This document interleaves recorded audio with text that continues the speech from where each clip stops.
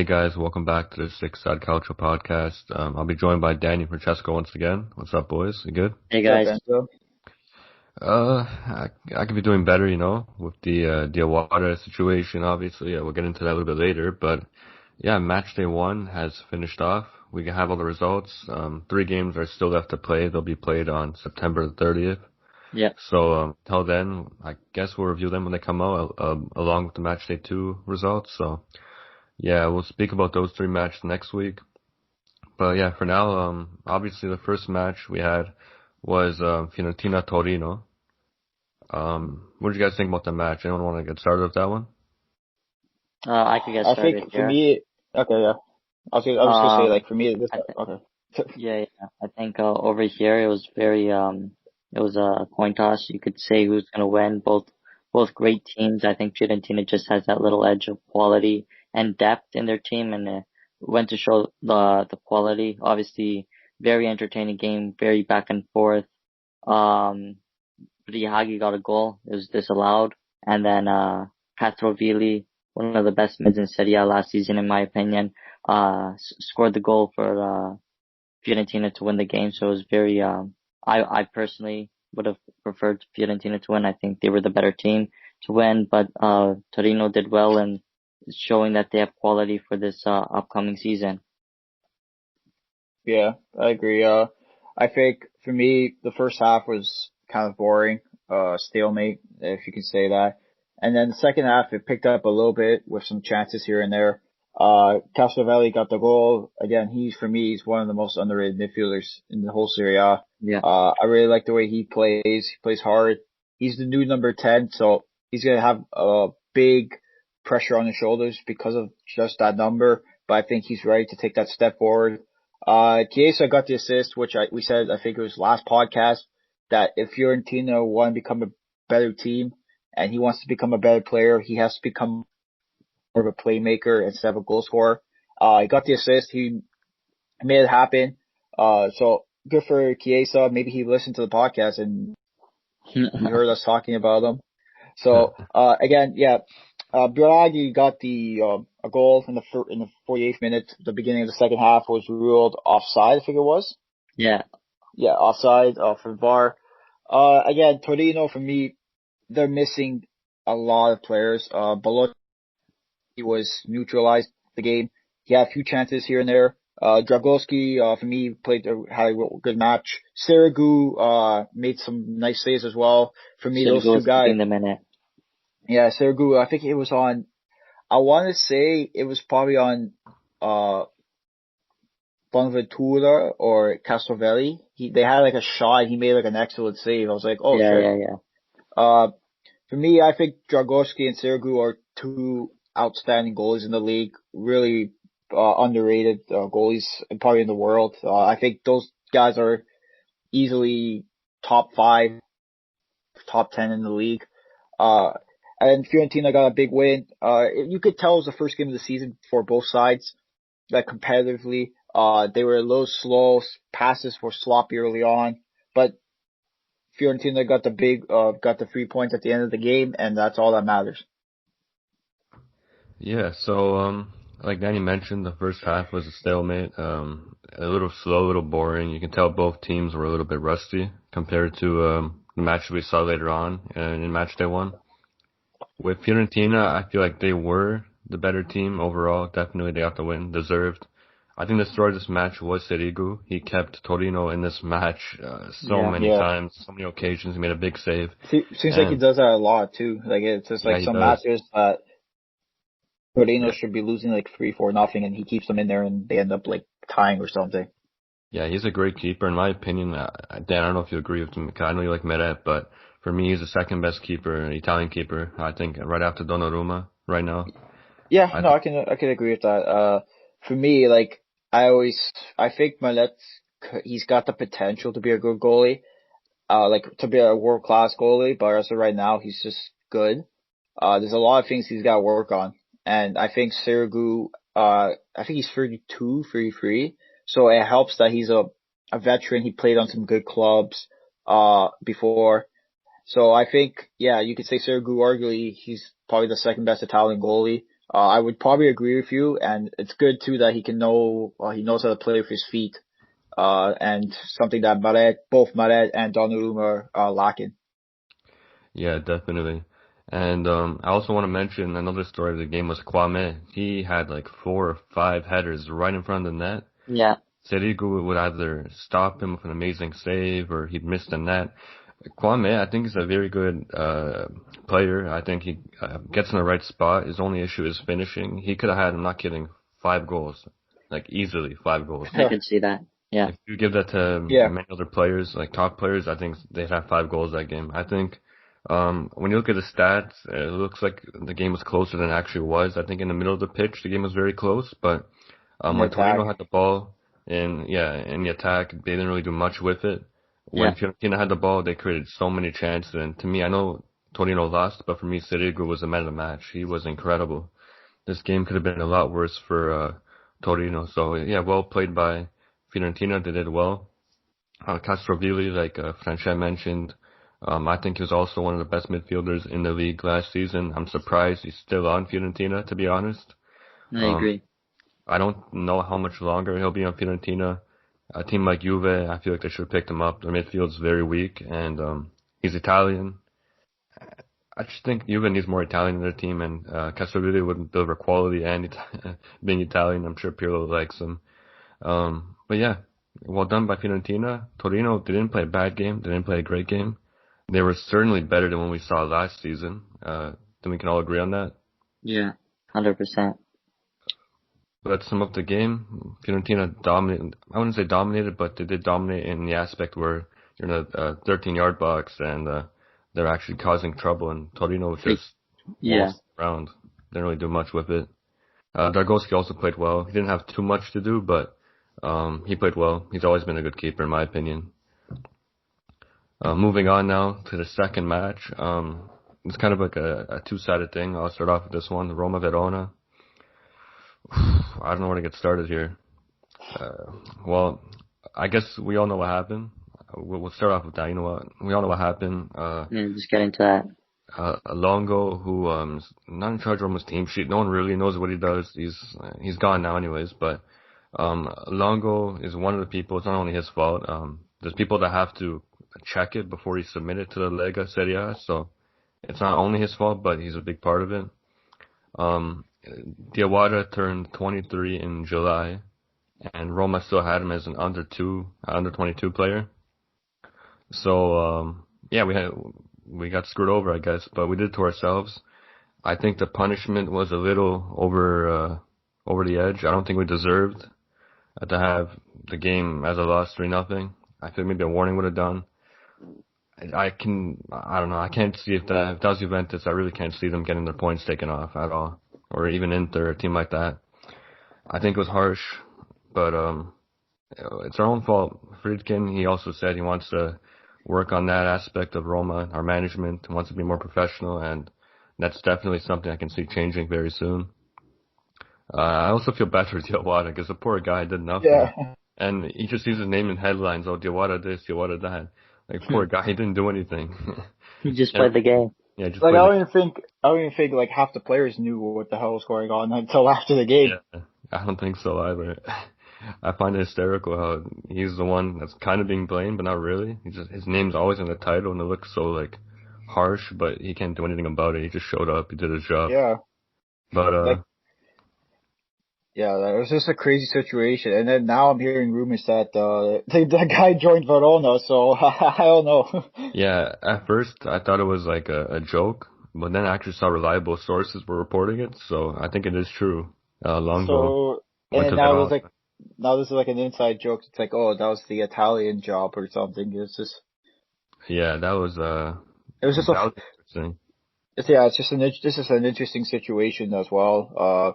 For me, I agree. I don't think Roma should have got points taken off. I was talking about this with my dad as well. He was saying that Roma, the worst they should have done is fine them, or even just give them give them a warning and then give them a little fine.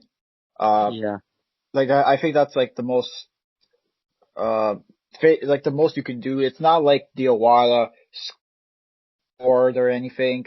Uh, in my opinion, I don't even think he did too much. Like he just played his game and that's it. Like it's not like it's not like the players knew what was going on as well. Like it was just like the team. Like I don't even think the team knew. Like I don't think Roma knew No, like they didn't. that happened until after the game. And also, I see people on Twitter saying, "Oh, Roma tried to cheat or whatever." That's not the case at all. We actually have 4 spots open for over 22. So why would we had a spot? Why would we not use it? You know what I mean? Yeah. So yeah, that's just ridiculous. Thinking we do it on purpose. Why would we risk losing points because of that? Like we had 4 Yeah. spots. I don't know. It's a disaster, but putting that aside, the game still happened. I know we lost Mhm. 3-0 on paper, but um, judging the way that the team played, I think Fonseca in the first half, he set up the team well. I think it all came down to fitness. We were exhausted.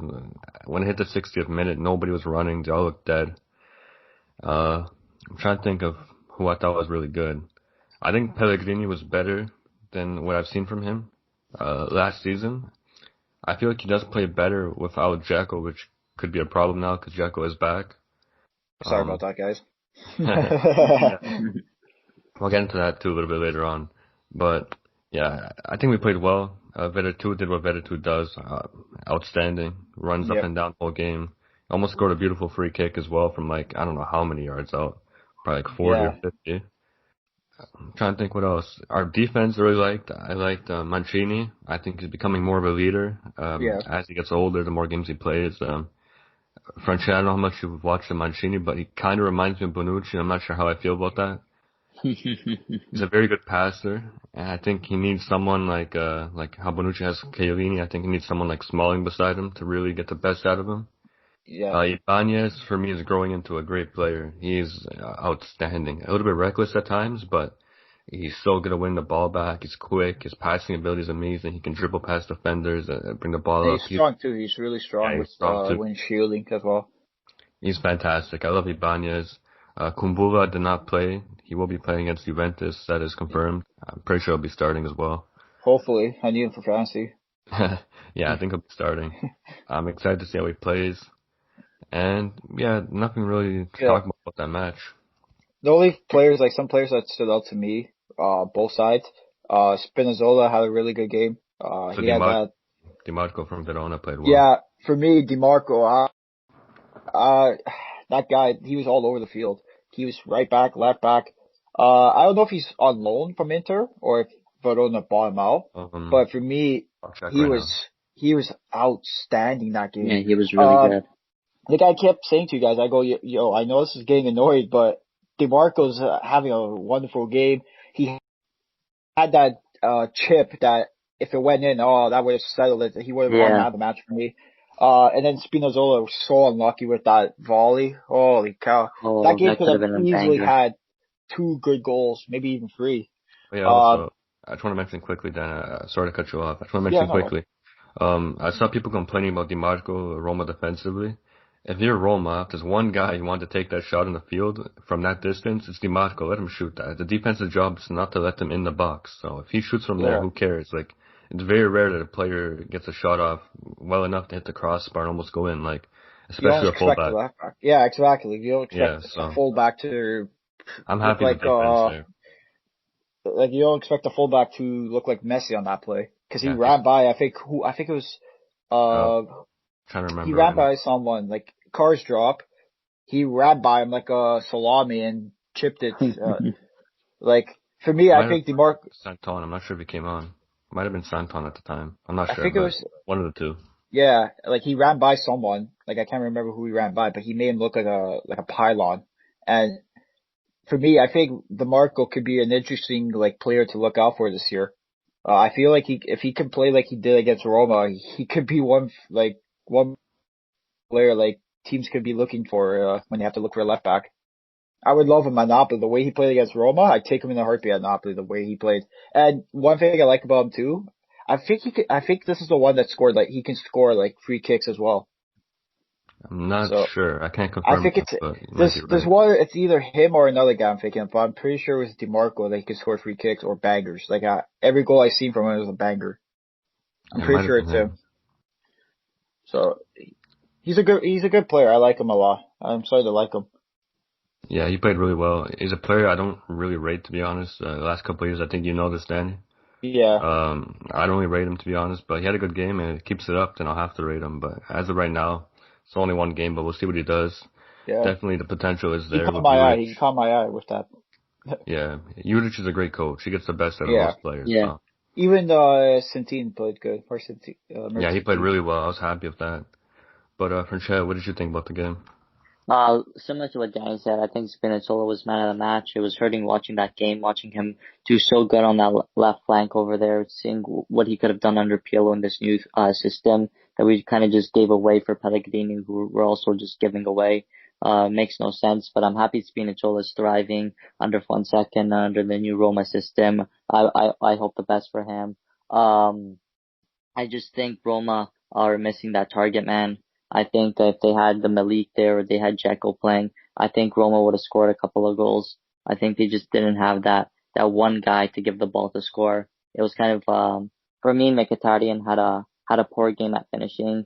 Pedro played really well for his first game in Serie A, but he just couldn't he was unlucky at times to get the ball in the net. And I saw the team getting a little frustrated once they saw that they couldn't get into the box of Hellas Verona and they couldn't score much. So you saw they tried forcing things a little too much. But other than that, first game of the season is always going to be a little rusty for a lot of teams. And they played well. Both teams played really well. I was expecting Verona to play a little more worse than they did. Expecting that they lost Kumbula and they lost Embrabat. So I thought they were going to drop in quality, but they looked exactly the same as last season. So I'm looking forward to Verona this year. Maybe I put them a little too low on the table, but as for now, like the paper said, they got the win. I don't think they deserved it. I think the punishment was unfair, but nonetheless, I think Roma's gonna bounce back in game three, not game two, because they're gonna get another loss in game two. But in game three, I think they'll bounce back and get the win. Well, I don't know. I might have to accept that. I don't know. We'll see what happens with this transfer market. Yeah. I don't know. Right now, Roma is a mess, but now I got to speak about Roma a little bit. Danny, Yep. Napoli-Parma. Early game. Yep. So, yeah, really early game. I was up at, I think it was like 5:30 for the game. I didn't plan to wake up at 5:30. I just naturally woke up at 5:30, so I ended up staying up looking at like what the insiders were saying, who might start. Then I saw the lineup, and then I saw we went to a 4-3-3. So the first thing that it caught my attention that we started with the 4-3-3. First half, not much happened in the first half. Like you can say nothing happened literally. Napoli looked poor. We didn't start off good, but then once the second half came around, we took off Deme, who for me played a nice, pretty solid match. I was really happy with the way he was playing. We brought in Osimhen, and once Osimhen came in, the game changed. Napoli ended up switching to a 4-2-3-1, and the first goal was a beautiful ball by Lozano, who Osimhen, if like a lot of people are gonna say, oh, but he did nothing that game. Osimhen created 4 or 5 chances in 35 minutes, which is the most that any Napoli player created that whole game. So once he came in, he drew the defender off, and then the defender had to header it back. It was either he headed it out or Osimhen was there for a tap. And so a beautiful ball by Lozano. The defender headed it out, and Mertens was right there and tapped it home for the first goal. The second goal, there was one play that Osimhen did too, that he linked up really nice with Insigne. Insigne cut it, curled it, and it hit the post. But the second goal was a scrappy goal. Lozano again, for me, I think Lozano could have a big year this year, especially if Napoli can switch to the 4-2-3-1, and he's got his space to roam and to attack and then come back as well, which he improved on this offseason. It seems like on his defensive abilities, he came back a lot this game. Tracked back, got the ball, cleared it up. Second goal came from a beautiful run by Lozano. For me, I think Sepe should have done a lot better with that save. It wasn't Sepe that I remember from last season. He saved it weirdly with his palm, but Insigne was there to tap home the rebound. 2-0. I think Napoli could have even won this match, maybe 3-4-0. They had some chances.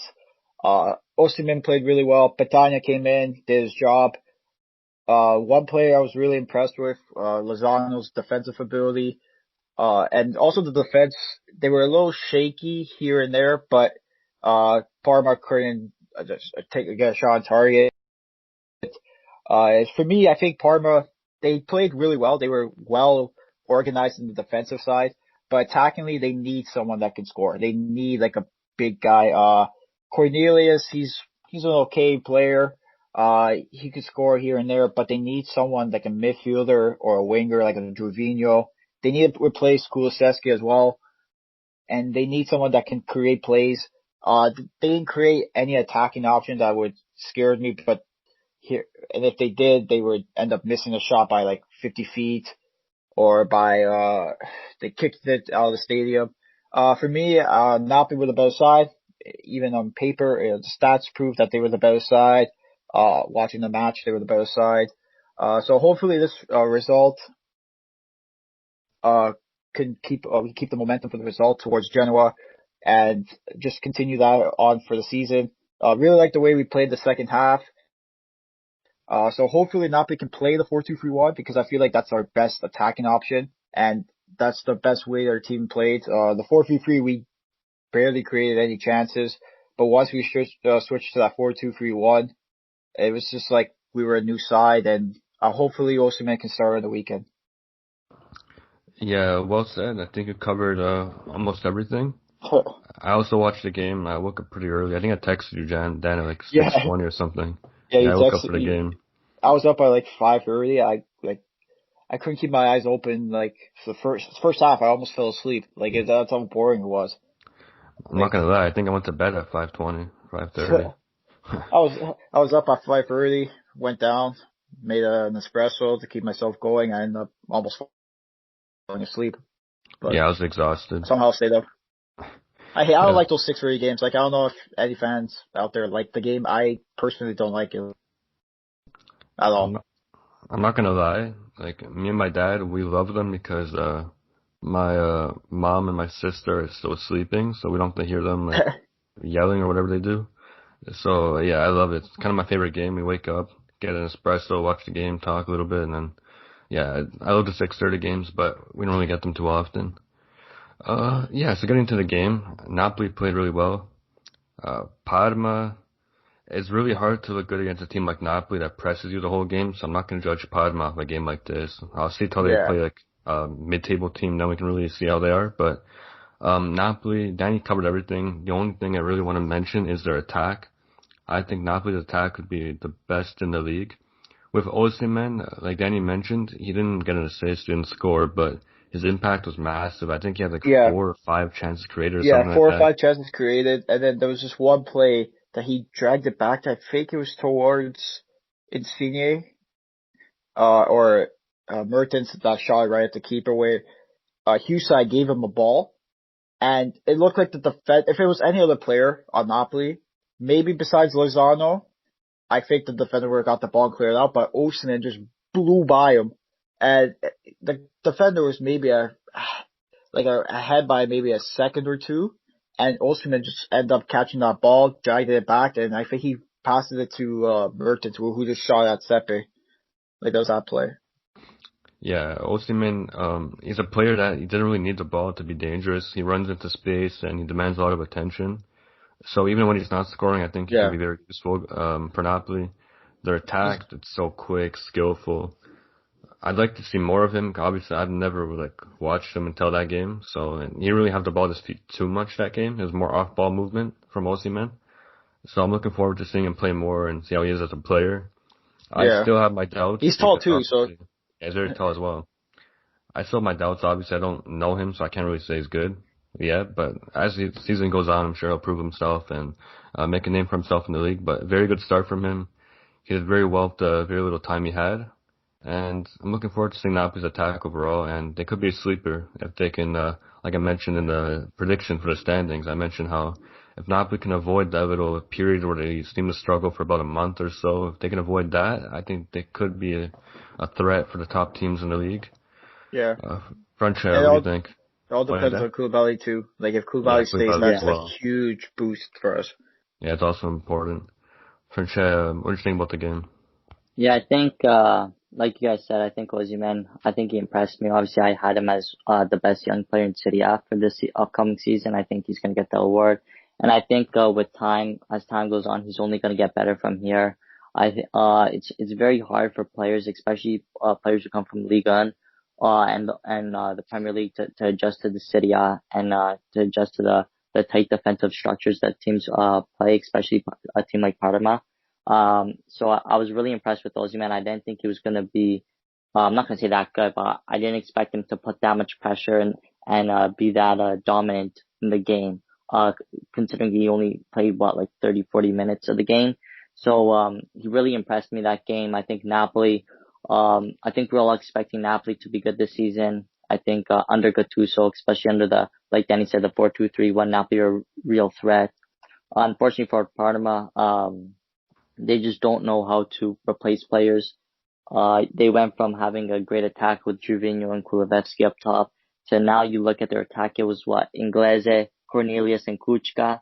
I mean, no offense, but I'm not going to see that attack and get scared that they're going to score 2, 3 goals a game and really, put on a great offensive performance. So I think Parma really have to rely on that counter-attacking football style, which really sucks because they had such a great attack last year and they were they had fast players, they had technical players, they had great shooters, and obviously we don't know what's happening with Gervinho, but as of right now he didn't play against Napoli. We don't know where his future is, but that attack, that front three against Napoli, there's no spark in the attack for Parma. But for Napoli, you see it's like a whole new light with Osimhen. The minute he came in, the pitch just opened up so much more clear for Napoli. They had so many more options to bring it out to Lozano or Insigne, Mertens. They had so much more options in space. So it's going to be a great season to watch for Napoli fans, I think. Yeah, definitely. We covered the Napoli bases there really well. They're going to be a threat if they can keep it up. Moving on now, Genoa-Crotone, 4-1 Genoa. That was, I think, very predictable. I didn't expect 4 goals, to be honest. I expected maybe a 2-0 win for Genoa. Honestly, there's not much to say about this game. I feel like Piaka played really well. Might have been my man of the match, honestly. I really liked how he played. Zappacosta scored. Okay. I don't know what to think about that. Interesting. Yeah, it was actually a nice goal. Like, it was actually a nice goal too. Yeah. Funny thing is Zappacosta only scores bangers, it seems. Like, he doesn't really score a normal goal. It's always a banger. Pandev scored. Destro scored. Yeah, I think Destro scored like first time in like 2 years or something. Yeah, it's his first goal in like 2 years or something. Yeah. I totally forgot he was even playing. I didn't even hear about him until that game. Yeah, Destro makes me depressed because obviously when he was young he played for Roma and he was seen as a big, like, kind of Cutrone, how he was at Milan. That's how Destro was for us. Oh, okay. And kind of the same story. Played out well. Cutrone's career's not done yet, but it seems like it's going that way. So seeing Destro kind of, I don't know, bothers me sometimes, but I really do wish he turned out the way we thought he would. But yeah, I'm happy to see him score. I still love Matea. He's a decent player, but scoring 1 goal in 2 years, a little, I don't know what to say about that. But that's like a Sadback style or something. Yeah, I think even Sadback scored more often than him. I think Kolarov scored like more than quadruple his goals the past 2 years, but what can he do? Happy he scored. Yeah, Pandev scored a nice goal. Like, his was, hey, he still got it, that guy. I could give him credit. It's like, what, 36? And he still played good. Pandev, yeah. Other 2 players I want to mention, Zapata played really, really well. To me, he's right behind Destro as man of the match. Even this guy, Giulione, I think his name was, I can't remember. Yeah, he played really well. No, I know who you're talking about, yeah. Giulione? No, he was a midfielder. Yeah, he was center back beside Zapata.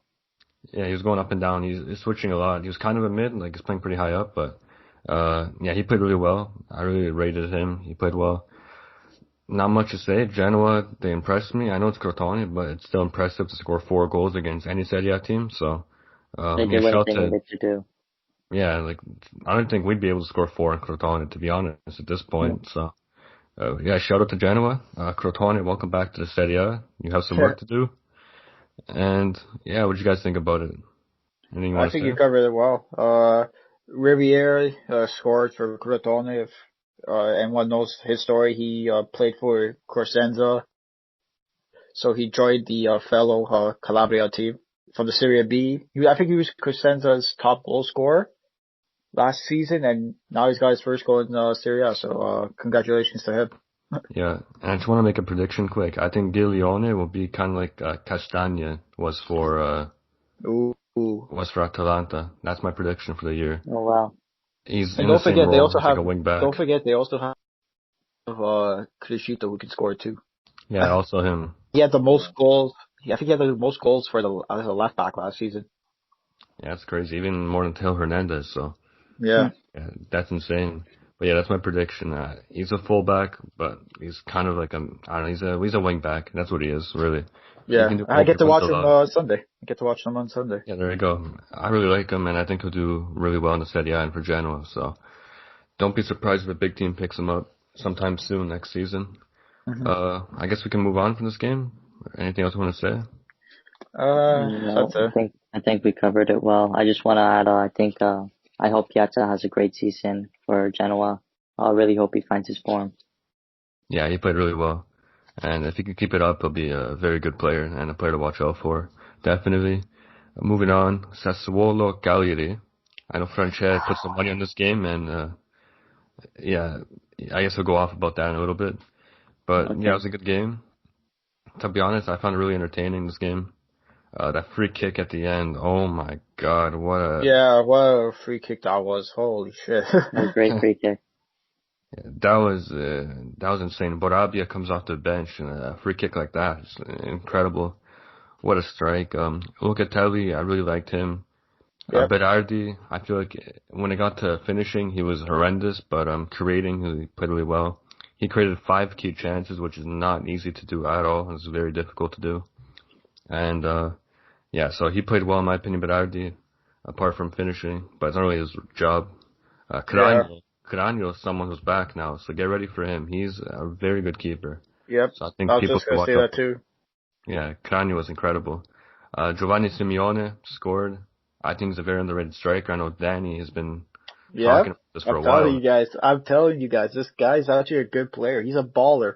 Like, I've seen it since he was at Fiorentina. I really like his father too. I like as a coach. And I said to him, I go, this guy would fit Napoli perfectly.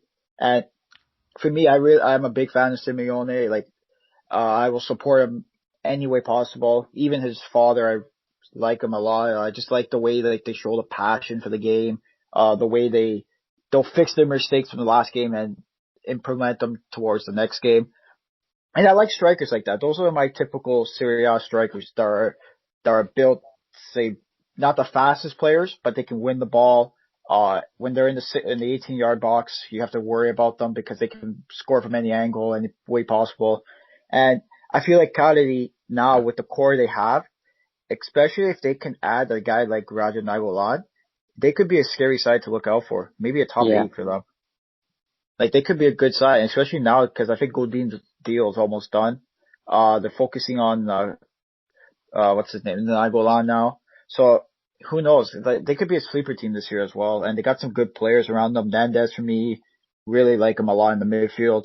Marco Roque, former Napoli player, really good player. He's been playing really good for them, and their attack as well with João Pedro and Simeone could be an interesting one this season. Yeah, well said.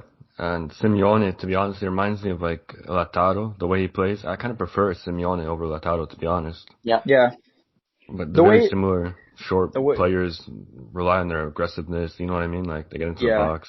Very the way similar. like Simeone reminds me of, like, I know it's gonna sound really bad, but it kind of makes sense. He's kind of like a cheap Icardi. Like if you think of it, Yeah, a little bit. like a cheaper like version of Icardi. Like say if you can't afford Icardi's whatever, go for Simeone. They do the same thing. They're both good finishers, but Simeone's got a better character than Icardi. Yeah, he's an animal. I love his mentality. Francia, any thoughts on the game? I have a lot of thoughts on this game. I've watched it very closely this game. I think Cagliari played extremely well. I think they played good enough to get the win. for against Sassuolo. I think Sassuolo were the better team. They just couldn't finish. Caputo, that guy had a nightmare of a game. I hope it's in the past for him, but his game was dreadful. Berardi, like Enzo said, he did good creating wise, but finishing wise, dreadful. I feel bad for Mancini. Mancini flew to this game just to watch this game. And if he watched this game for Caputo and Berardi, Caputo better have called him or talked to him right after the game and say, come to the next game. I'm sorry, it's not going to happen again. Because if I was Mancini and I saw that game from Caputo, he's not getting selected for any more Italian games. That's for sure. But I hope it's a game in the past for Caputo, because we saw what he could do last season in Serie A, and he was really good. So hopefully he has another good season. But that game was just dreadful for him. But other than that, the Sassuolo played really well. They deserved the win, but they just couldn't finish. And it was a good job from Cagliari's point of view. Yeah, well said. I think we can all agree on that. I agree. Caputo had a bad game, but I think he'll bounce back. Yeah, I think he did struggle, but last season he proved that he can get out of those little struggles he has. So yeah, Caputo, he's a great player, and I think he does deserve to be called up to the national team. If he doesn't have to repeat what he did last year, that would be pretty hard. But at least 15 goals, I'd still call him up. Yeah. Moving on, Francesco, take it back. Juve-Sampdoria. A lot of Juventus fans are going to hear this and expect me to praise the team. I'm going to do the opposite here. I think that the scoreline is a false statement of how Juventus played. We played good. We didn't play 3-0 good. We didn't create enough chances that I think we should have. That everyone was hyping up this new formation and this new era that we were.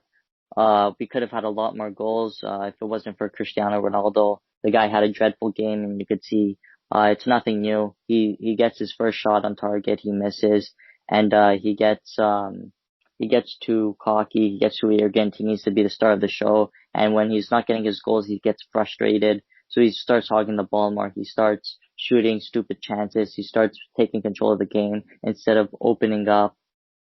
But he had a dreadful game. I don't care if he got the goal. He had a terrible game.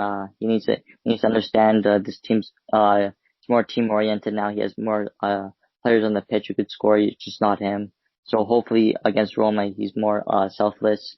I just don't think it's gonna happen. Kulusevski scored a beautiful goal. It actually came off of a Ronaldo mistake. He lost the ball, and Kulusevski picked up the pieces and scored. So that was good for me. Ramsey was the man of the match. Rabiot, little disappointing for me, but didn't expect much. The defense didn't get challenged much, so I can't speak on Danilo's performance. He played decent enough. No complaints. Frabotta was a quality player. I really like how he's playing. I'm looking forward to seeing more of him in the future. And just a quick recap what Enzo said about Mancini, how Bonucci needs someone like Chiellini beside him to perform well. I think it's more of a safety blanket. Chiellini is like the safety blanket for Bonucci, so it allows Bonucci to go up more and not feel the pressure of having to run back. And I think Mancini's a very similar aspect of that. When Smalling's there right beside him, he knows he's more free to run up because he knows Smalling is so good that he'll cover for him if he's not back in time. So I think that's when Bonucci thrives. But we have to see how we're gonna play now against Roma. I think Ronaldo, Kulusevski, and Ramsey up top, I think it worked really well. And now we got Morata, which is a little strange to see him back at the team. A lot of people are praising him already. He's on a thin line for me. I didn't forget about that goal he scored against us in the Champions League, and he celebrated it. I know a lot of Juventus fans celebrated about it, but no, he's gonna be on probation for me. I want to see good performances. I don't care how many goals he scores, as long as he gels well with the team and he plays well with the team, that I'll be happy. But other than that, I hope Morata works out well. I like the guy. Just he's on probation for me. But other than that, I think that was it. Sampdoria just played poor. They had maybe 2 chances. I would say that kind of scared me a little. But other than that, they played poor, and Juventus really need to get into shape if you want to beat Roma for this upcoming fixture. Yeah, well said. we'll move on now to the final match of the match day. Danny, I'm assuming there's nothing really want to say about that game, but you can if you want. But I wasn't able to watch the full match. I have to get to class at the half. But what I've seen, like, from the match, you know what, guys? I'm gonna say right now, Ibrahimovic still has it. Yeah. Scoring two yeah, goals, scoring wow, 2 goals. I know one of them, even though one of them was a penalty, he still scored 2 goals against Bologna, who are not the worst of sides. They're actually got some decent players for playing for them. I just think Milan did really well on the defensive side, especially without their captain and arguably one of the best center backs in the league with Romagnoli. Donnarumma got the clean sheet. Captain Donnarumma, remember that? I said in our prediction video that he might win the Golden Glove. I think it's called the Golden Gloves, right? For goalies for the Serie Yeah, A. best goalkeeper award. Best goalkeeper. I just think the team played pretty good for a side that that has to adjust to new players coming in without their captain. Simone, for me, I think Calabria had also a really strong match. I was really impressed with the way he played in the first half as well. Just to get to Bologna, they didn't do much. Their attack was kind of like non-existent, if you could say. Uh, they had, I think, one shot on target the whole match. For me, I think they just gotta improve. They gotta take this result and they gotta build off this result if they want to, at least avoid relegation or avoid like a disaster season. So I just gotta say that, and, it was nice to see Tonali and, both Tonali and Brahim Diaz, make their debuts for, Milan. Yeah. yeah, yeah. Well said. Ibra, fantastic performance. Calabria, I know Ibra scored 2 goals for me. Calabria, like Danny mentioned, Calabria was the man of the match for me. He was fantastic. Like, he was really good. He did it all. He was going up, down, defensively, offensively, he was amazing. Playing the ball out of his feet, he was great. And if he can keep that up, Milan's got Teo Hernandez. They got Romagnoli, who I'm not a big fan of. Obviously, did that thing with Lazio, Roma. Calabria, they have a great team. And Really great team. if they can stay consistent, they'll be perfect. Pioli's my only really big Yeah. concern about that team in the long run. But yeah, against Bologna, they played well. Tonali, great to see him make his debut for Milan. Let's see if it turns out to be a big special moment in a legendary career. We'll see. Still very young. I have my doubts, but let's see what he does. And yeah, great game. Danny covered it all. Francesco, anything else you want to throw in there, or you're good? I just want to say, like Zlatan said, he's Benjamin Buttons. Starts old and ends off young. And that's Oh exactly what God. he's doing. He just seems to be getting better as the age goes up. Yeah, there you go. Zlatan calls himself the Leone, and he proved it. He keeps scoring.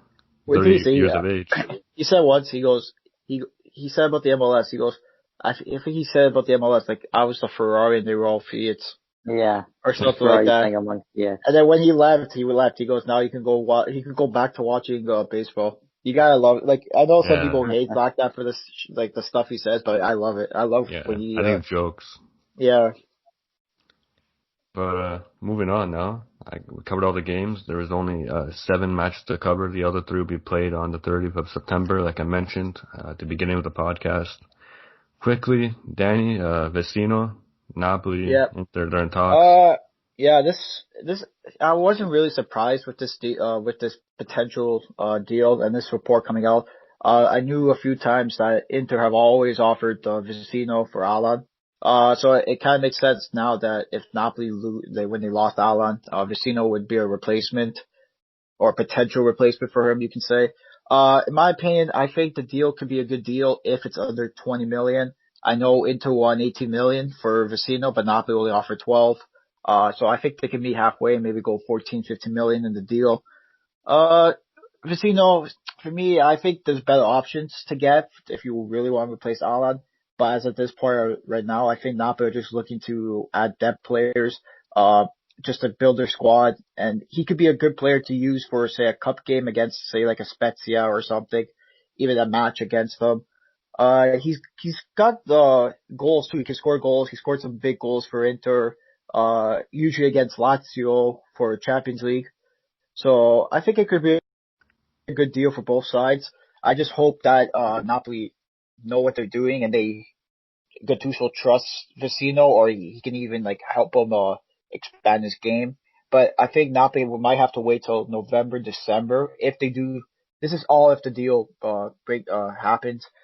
Maybe November, December to fully play Vecino because he suffered an injury and that's his like estimate of the time of return.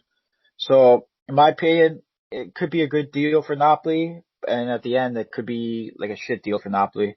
But for me, I would rather more focus on a left back than say a backup CDM or a backup midfielder. But only time will tell. These are just reports. So if it happens, it happens. If it doesn't, then I'm not going to shed a tear. Yeah, well said. Quickly, before we end off the podcast, I'd like to give a shout out to Far From Vesuvius. They started a prediction league for a bunch of podcasts. We'll be giving 2 predictions per match day. And if you get it right, I believe it's 2 points. I mean, sorry, if you get it right, it's 1 point. And then if you get the score and the result right, it's 2 points. 3. That's So 3? yeah, it'll be 3. It'll be 3 points in total. So if you get the score, yeah, in total, yeah, 2 points, 2 points addition to the 1 point. So there you go. That's how the point system works. If you want to check it out, Currently it is on Twitter. 1 point. Yeah, we have 1 point. We got the Genoa-Crotone result right. I want to shout to people who are involved. There's Serie A Sit Down, Stadio Serie A, Italian Football Podcast, there's Calcio Connection Podcast, the Calcio Guys, the Scudetto Pod, Milan Weekly Pod, the Laziale, Interworldwide, there's the Figli del Vesuvio Podcast, good friends from the Napoli Club Toronto, and also the Forza Napoli Pod, and there's also the Rete Pod, which weren't mentioned there, but I believe they're added in late. So let me make sure I say the name right. Go down here, find them. Yeah, Rete this way. So they're another podcast. Shout out to all of them. We're happy to be involved. We're excited. Yep. First match day's done. We did 1 point. Not bad.